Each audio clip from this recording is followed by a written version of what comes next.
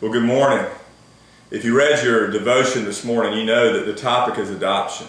Galatians 4, 4, and 5. Let me read these verses and then we'll just break them down for a moment. It said, Galatians 4, 4, and 5, but when the fullness of time had come, God sent forth His Son, born of a woman, born under the law, to redeem those who were under the law, so that we might receive adoption as sons. You know, when you think of the word adoption, obviously you think, I'm sure, of a family that literally brings someone from another family into their household. And in many ways, through faith in Christ, that's what God has done with you, that if you have trusted Christ for your salvation, He has brought you into the family. The Scriptures are full of words that are used to describe the intense work that God has done in our hearts by calling us out of our sin and bringing us into a relationship with Him. Words like reconcile, that Christ has reconciled us through the blood of the cross, that He has justified us, that He's in the process of sanctifying us, that when we get to heaven, He's going to glorify us. And in our text today, He's adopted us. When you think of your relationship with God, is it a relationship of slavery and bondage?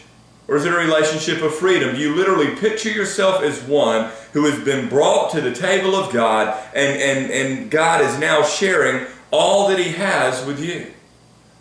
That's what happened at your salvation. This is not the only passage that speaks of adoption, and there are others, but let me read Romans 8. Romans 8, verse 15 says that you have not received the spirit of slavery to fall back into fear, but you have received the spirit of adoption as sons, by whom we cry out, Abba, Father. And the Spirit Himself bears witness with our spirit that we are the children of God. And if children, then heirs, heirs of God, and fellow heirs with Christ, provided we suffer with Him, in order that we may also be glorified with Him.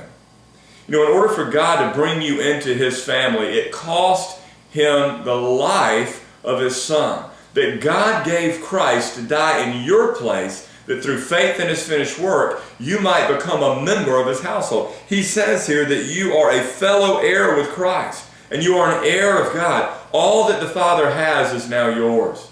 I think my exhortation for you today would be that you cannot live life as a slave when you've been freed to live life as a son or a daughter of God. That you cannot allow yourself to fall into a relationship of bondage with the Father when He's freed you to a relationship of intimacy. It says in this passage that we cry out, Abba, Father, that He literally is the closest relationship that we have in our life.